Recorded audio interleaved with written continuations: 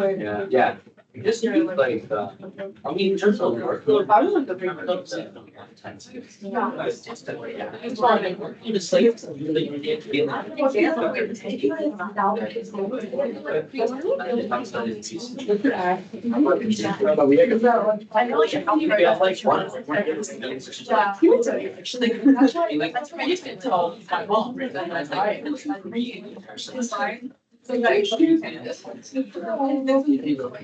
All right. Really low. Your homework tonight is to finish what we started yesterday with 9.6, motion along a curve. So page 28 to 35, but down here you can skip number 6 on page 35. So I think this will be pretty straightforward, just like how your homework was yesterday. But I would like for us to start with 9.4. It's not even getting to the area yet. I think we just need time to get used to knowing how polar graphs work. So I want to let that process sink in a bit. So we're going to spend today and tomorrow just working on how polar graphs are formed. And then Thursday, we can talk about polar area. And then we'll have Thursday and Friday and Monday to do polar review. And then Tuesday, Wednesday, we can do our test review. But it's really the polar area that feels new. Okay, I think everything else so far just feels like that's something that you can kind of use previous knowledge to build off of. But polar just feels like completely a new topic. So let's go to page 36.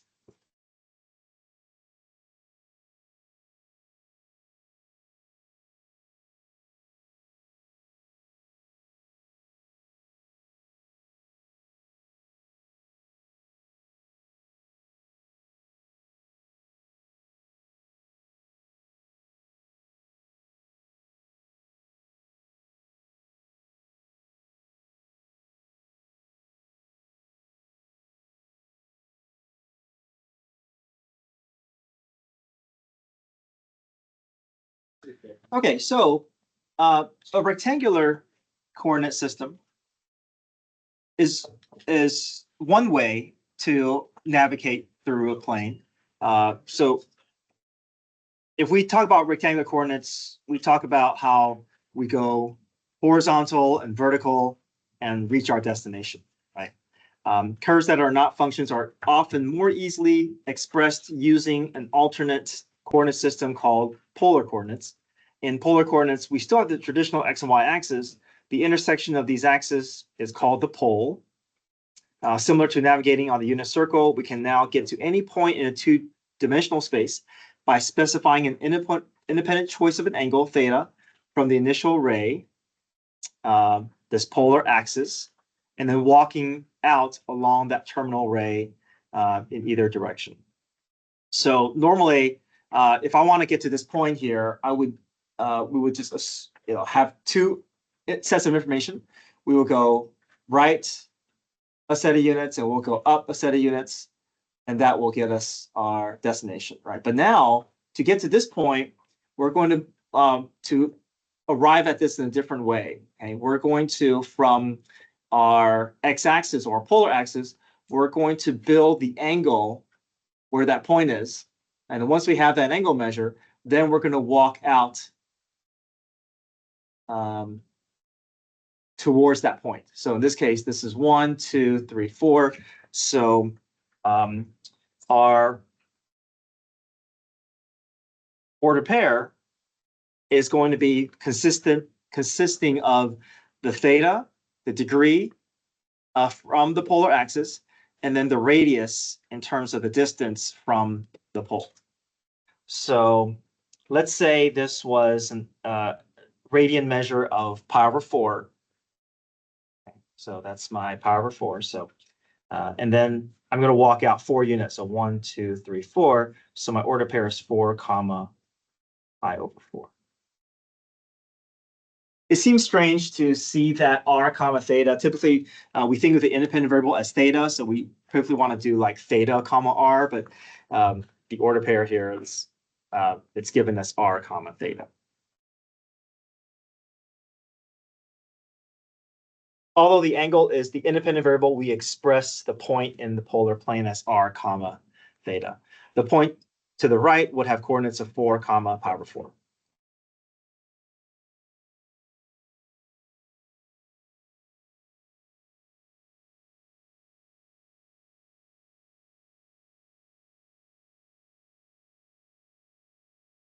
Find other equivalent polar coordinates for the point shown above, then find the equivalent rectangular coordinates. So we're going to find something that is equivalent to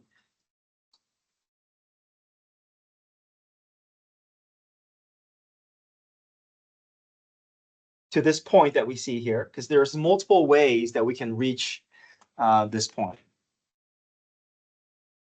Or actually infinite numbers of ways to reach this point. So one way that we can reach this point as well is rather than just focusing on getting to that first quadrant, we can actually find something along the third quadrant and then walk backwards. So what is the what would be the equivalent radian measure in the third quadrant?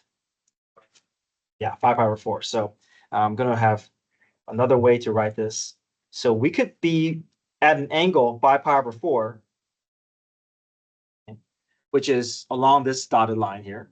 But then walking towards 5 pi over 4, we can walk away from 5 pi over 4, by saying -4. So here we're all the way over in the third quadrant, but then the -4 indicates we're walking away from the third quadrant towards the first quadrant. So 1, 2, 3, 4. So this is also arriving at the same point that we did before.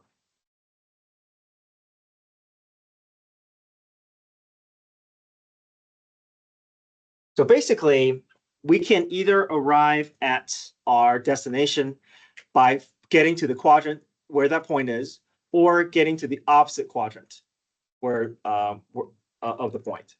So if I'm trying to find something in the second quadrant, I can get the second quadrant first and then get to that point, or I can get to the fourth quadrant and then walk away from the fourth quadrant.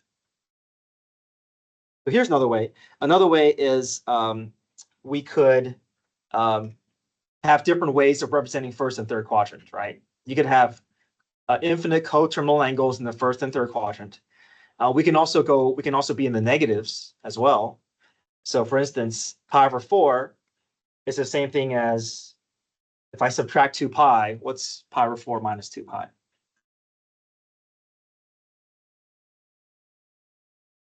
Yeah, -7 pi over 4, right? -7 pi over 4 is the same thing as pi over 4, because if you don't recognize the coterminal angle, you can always add or subtract 2 pi to reach what you feel is more familiar. But we know these are the same things. But if we're in the first quadrant, we can walk 4 units towards that first quadrant, and that will reach us to the same point as this. Okay. Another way. What's another way to represent 5 pi over 4 using negatives?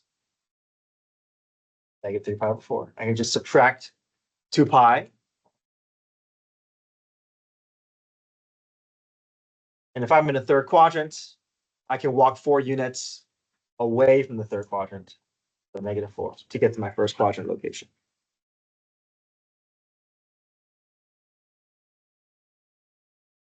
Okay. You guys remember this? Have you seen this before? Okay, good.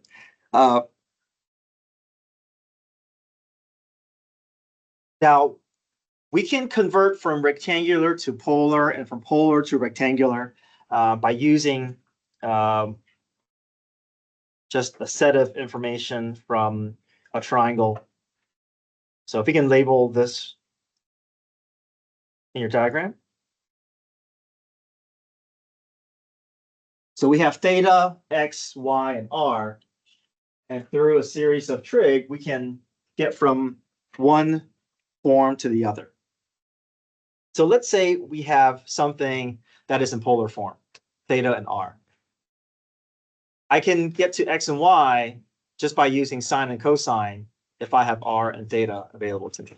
So here's some formulas that we can build. We know that sine of theta is what? Y over R. And if I want to get y by itself, I can cross multiply. So therefore, y is equal to R sine theta. So that is one conversion that we can use if we have R and theta and we want to try to get to y. The other one is using cosine. Cosine of theta is what? X over R. So imagine if you want to solve for x, I can cross multiply.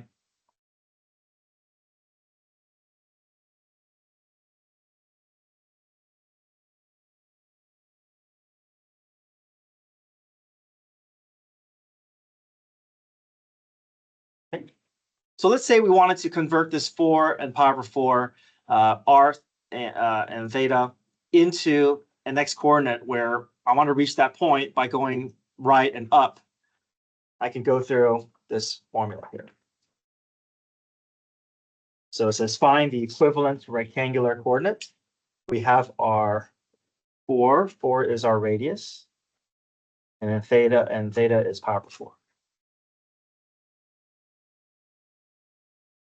So if I want to find my x coordinates, x coordinate would be 4 cosine of pi over 4.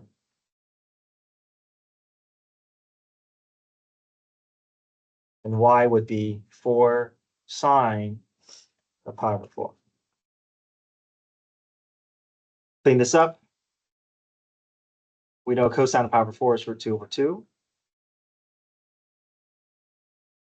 Sine of pi over 4 is also root 2 over 2. So then our rectangular coordinates, xy, would be 2 root 2, comma 2 root 2. So if I want to get to this point here, I can walk 2 root 2 to the right, 2 root 2 up, and I'll reach the same point.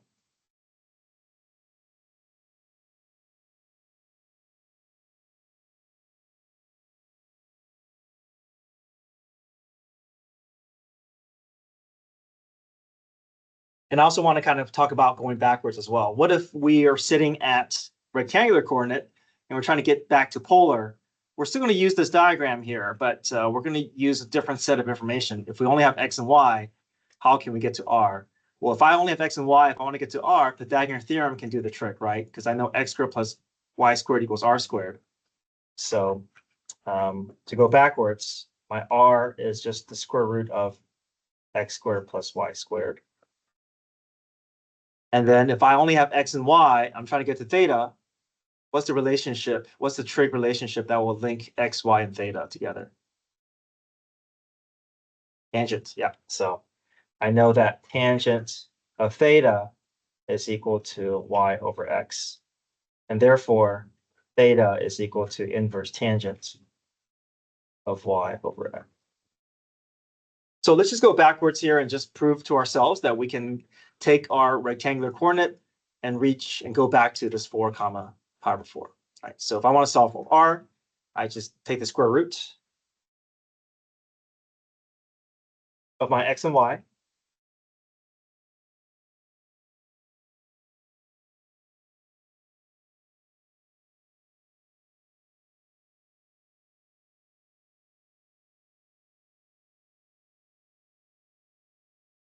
So 2 root 2 is going to be 8. 8 plus 8 is 16. Root 16 is 4. So we're back to where we started. Tangent of theta is equal to y over x.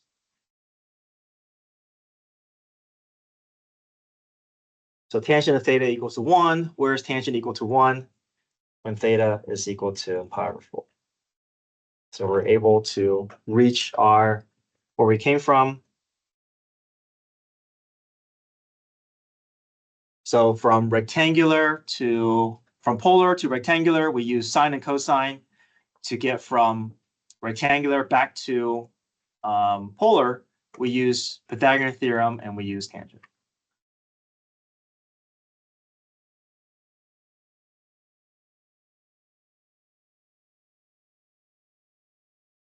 Okay, why use polar coordinates? Graphs that aren't functions in rectangular form can still be functions in polar form.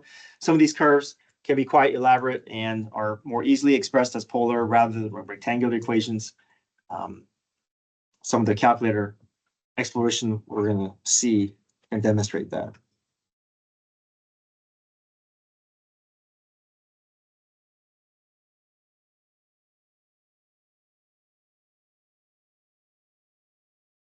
Oh, and then as a reminder that anytime we're trying to find our angle measure, I think you guys know this, but our angle measure is always going to fan out counterclockwise from the polar axis. So any measure that we're going to build is always in this direction.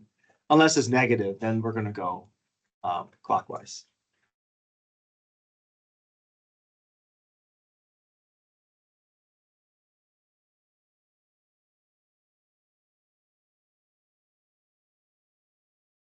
All right, page 37. If you have your calculator, you can have that out.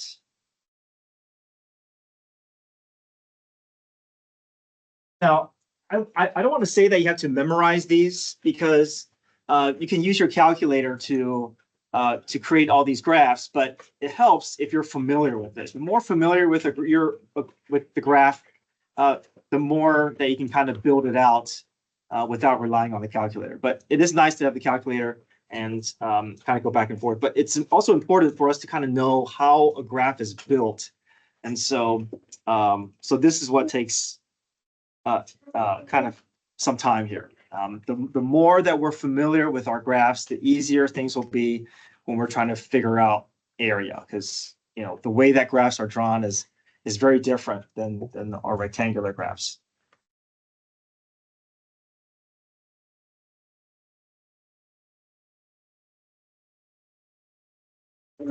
Let's just start with the calculator then. But we're going to do most of our work on paper, but I just want to kind of show you quickly where you can get something showing up in your calculator. So first, go to polar mode. You're going to go to mode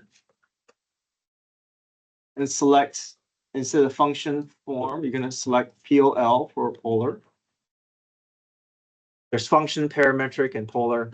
You want to select that. And see that under mode.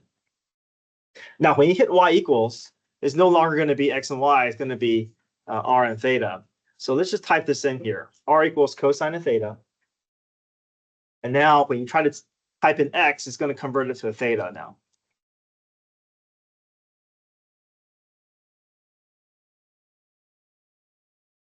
You can do zoom 6.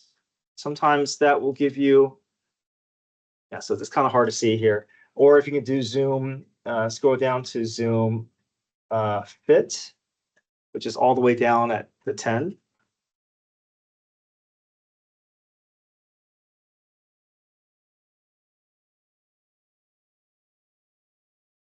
See, there's another version of the graph that's easy. How about zoom stat? Or if you want to have because let's like zoom fit took all the took the entire space here. So you can always do this. You can go to the zoom box and then put a box around that region. If you just want to just have a little bit more where you can see around the edges there.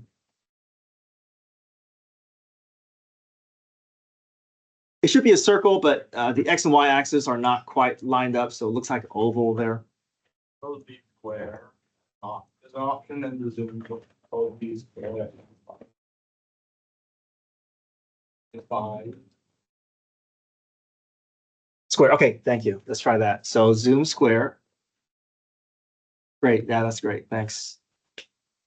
So zoom 5 will get your graph to look a little bit more like what the shape that we want to create. All right.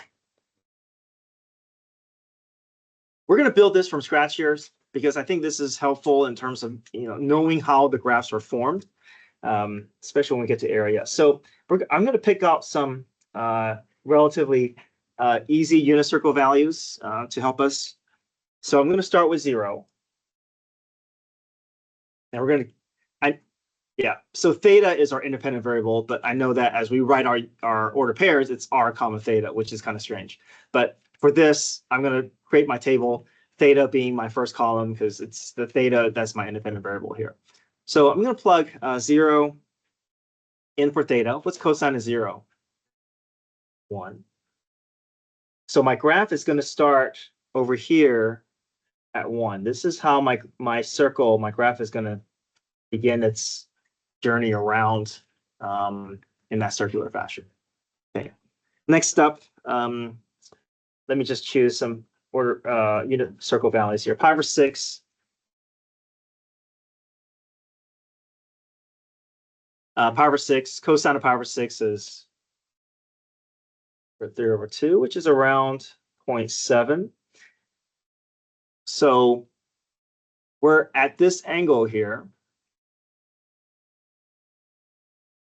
Okay, we're at 30 degrees, right? But then we're walking out 0.7. So if you walk out 0.7, this is 1 here, 0.5 is here, so maybe 0.7 is somewhere here.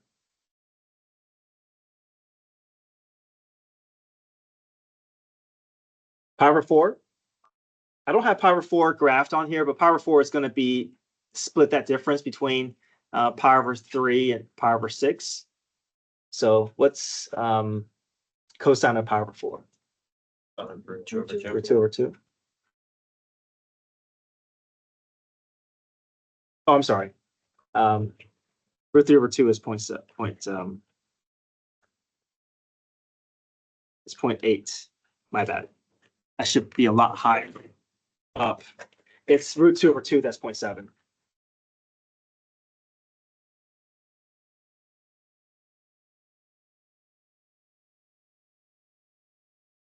So my bad. This should be even closer to my 1 here. And then pi over 4, so I'm going to kind of imagine where pi over 4 is, which is around here. And then I'm going to walk out 0.7.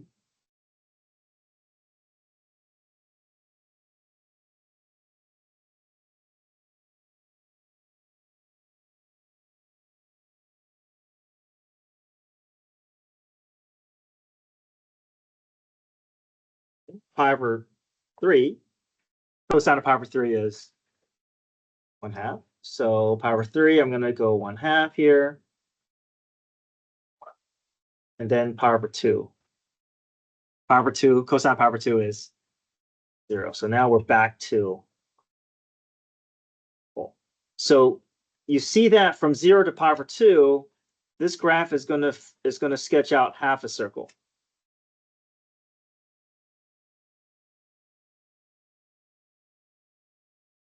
So guess how long it'll take before we reach our full circle? Yeah, right. If it takes pi over 2 to reach half a circle, then it should make sense that by the time we reach pi, we should be able to make our way around the circle. Okay, let's do some more here, just to kind of help you see how this is filled out. Let's try 2 pi over 3. Okay, what's cosine of 2 pi over 3? Negative 1/2. So we know that 2 pi over 3 is 120 degrees, right? But rather than walking towards second quadrant, we're going to walk what? Away, but along this line here. So you're going to walk out 1/2.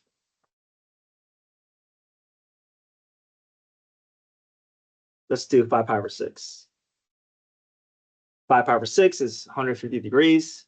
Cosine of 5 pi over 6 is negative root 3 over 2, which is like negative 0.86. So here you're walking along, rather than walking towards the second quadrant, you're walking towards the fourth quadrant, negative root 3 over 2. So it's almost at the negative 1 there. And then you can kind of follow along the path.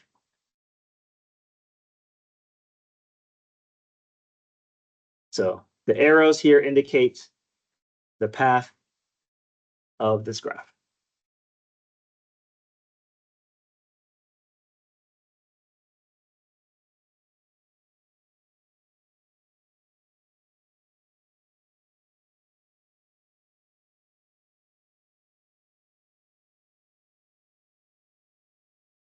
Okay, a couple of things that we can notice about these graphs. The first is that the diameter of your circle is matching the coefficient of your equation.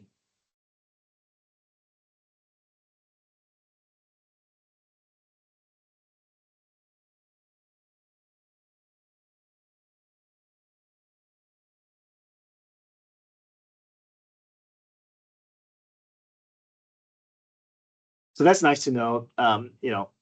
Knowing these shortcuts can kind of help us trace our graph a little faster potentially.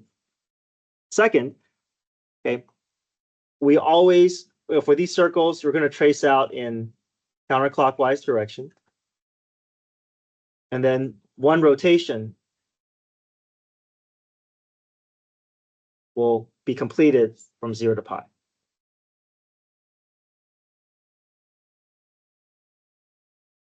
And the third is cosine and sine have different symmetries. Your cosine graph has symmetry about the x-axis. And guess what cosine has? Guess what sine has? Yeah, y-axis symmetry.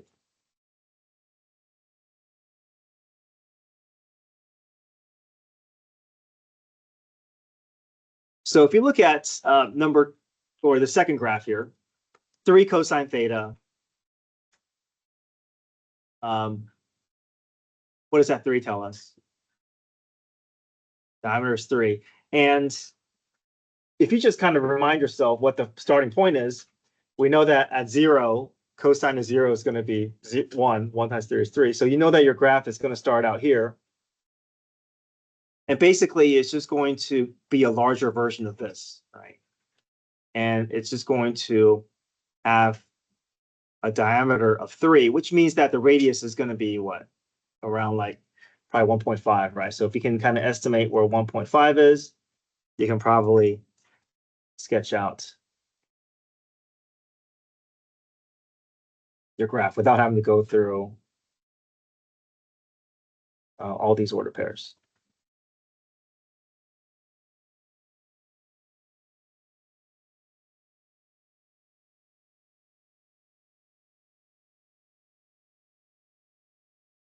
Meanwhile, if I had r is equal to -3 cosine of theta, then it's basically going to take this and reflect it on the other side. Again, you don't have to memorize this. I just want to show you these properties here. You can always get confirmation in your calculator.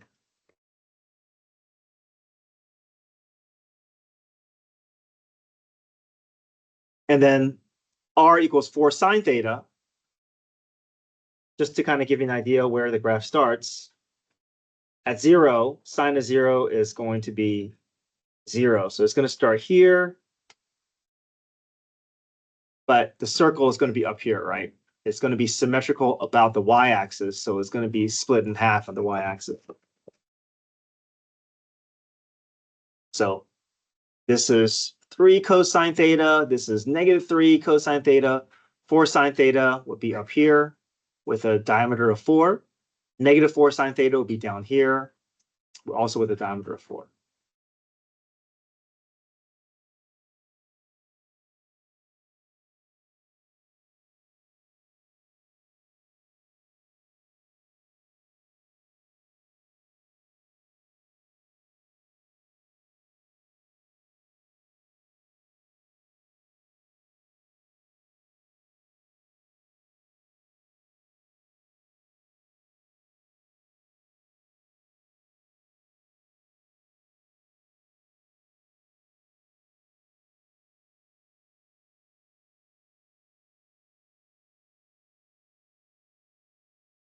All right, let's look at some of these. If there's a coefficient added to a sine or cosine, the graph it's going to look a little different.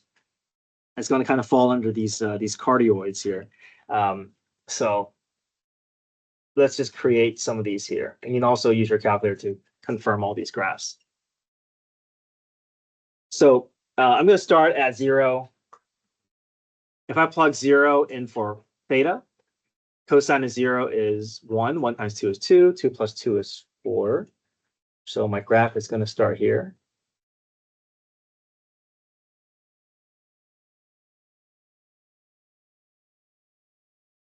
Pi over 3 is going to give me 3.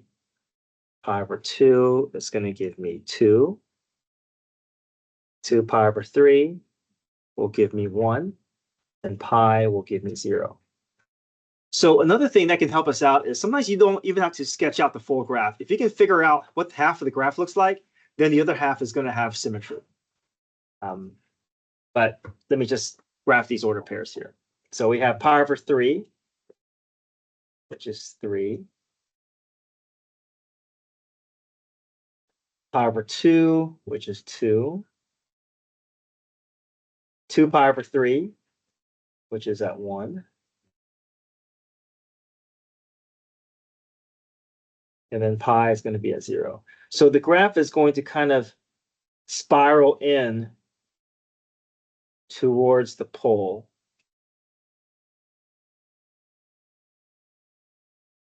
And then we can use symmetry to kind of build out the rest of the graph as well.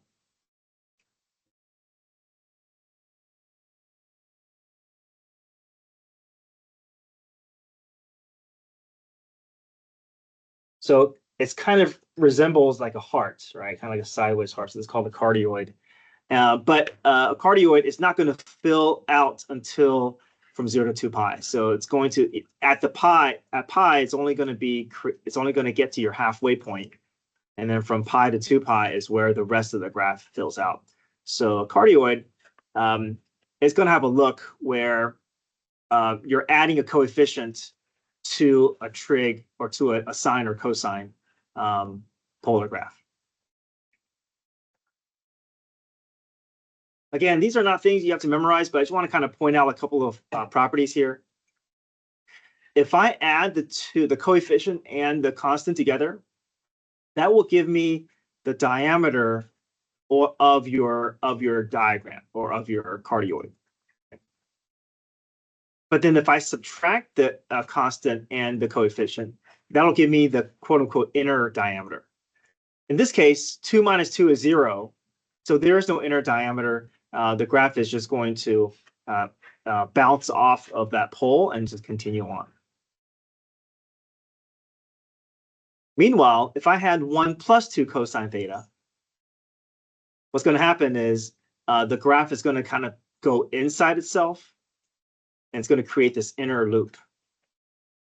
And if you do 1 plus 2, that's 3. So that 3 is going to be that outer diameter. And then 2 minus 1 is going to, or 1 minus 2 is going to give you a negative number. If you get a negative number, that means there's going to be an inner loop, and that inner loop's diameter is 1. Okay.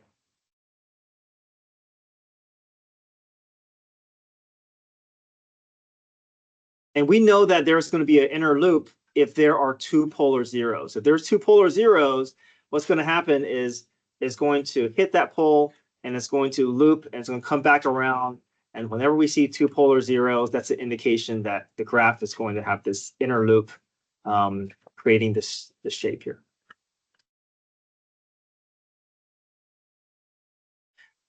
But if my constant is greater than my coefficient, I can still add to get this kind of diameter here. 2 plus 1 is 3.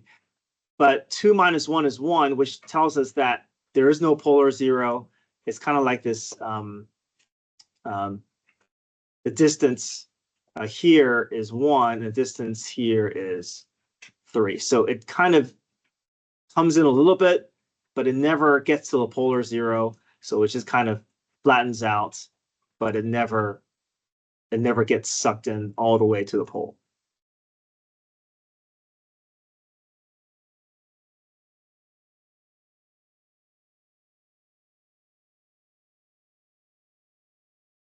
again, there's no need to memorize any of these. I think what's more important is for you to know how these graphs are built, that we start at 0, and then usually they go in a counterclockwise direction until they fill out their shape.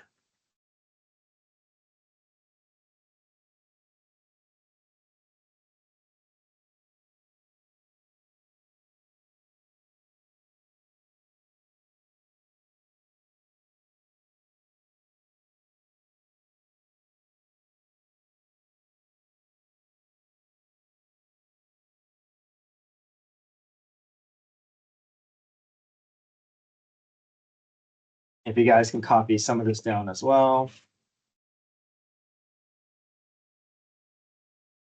On page 38.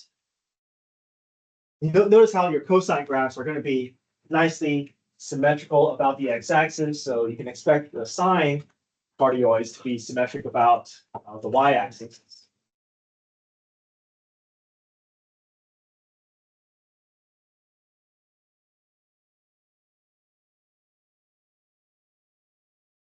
And just copy as much as you can here. And then tomorrow we can talk about, these pedals. What if we had cosine of 3 theta or cosine of 2 theta? What can we expect out of those graphs?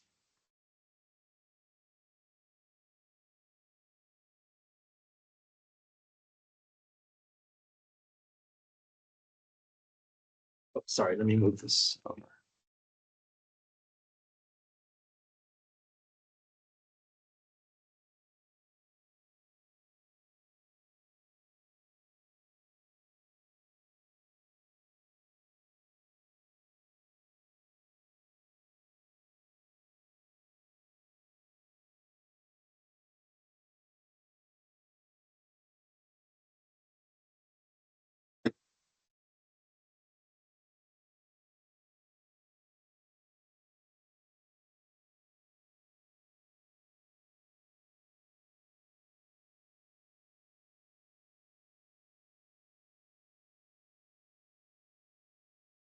All right, so your homework is from 9.6, the previous section.